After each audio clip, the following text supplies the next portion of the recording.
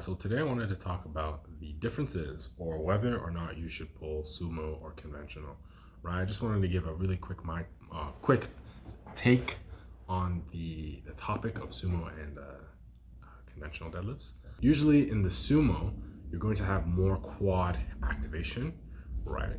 And less low back fatigue or activation.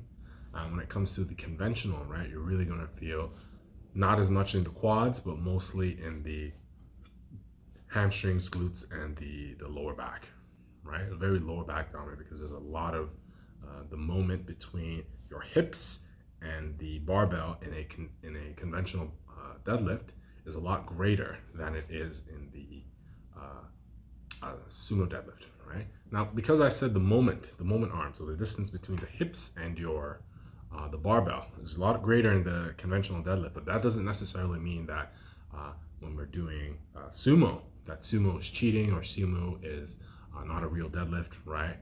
Sumo, you put the exact same amount, if not more, amount of effort that you do in lifting into sumo deadlift as you would in a conventional deadlift. And this is coming from someone who pulls both conventional and sumo.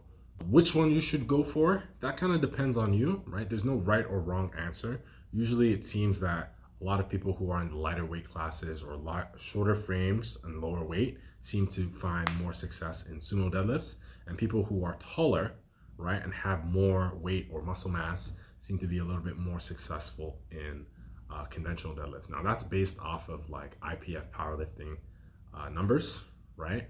But again, that's not the case for everyone, right? So for me, I'm a little bit bigger. I'm about 5'11", and I weigh about 225, 225 class. I'm in the 105 kilo class, and I pull sumo, right? So I'm on the bigger, not really bigger, but I'm on the bigger side in terms of weight classes for competitive lifters. And I pull sumo, right? And I pull sumo pretty successfully. I play around with sumo, play around with conventional. They're both great at building the posterior chain.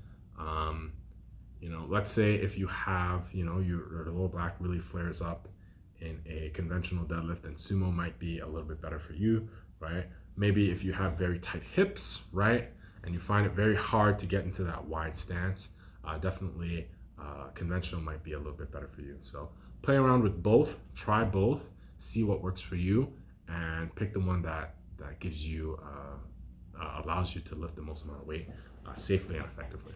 All right. Hopefully that helped. I'll talk to you soon.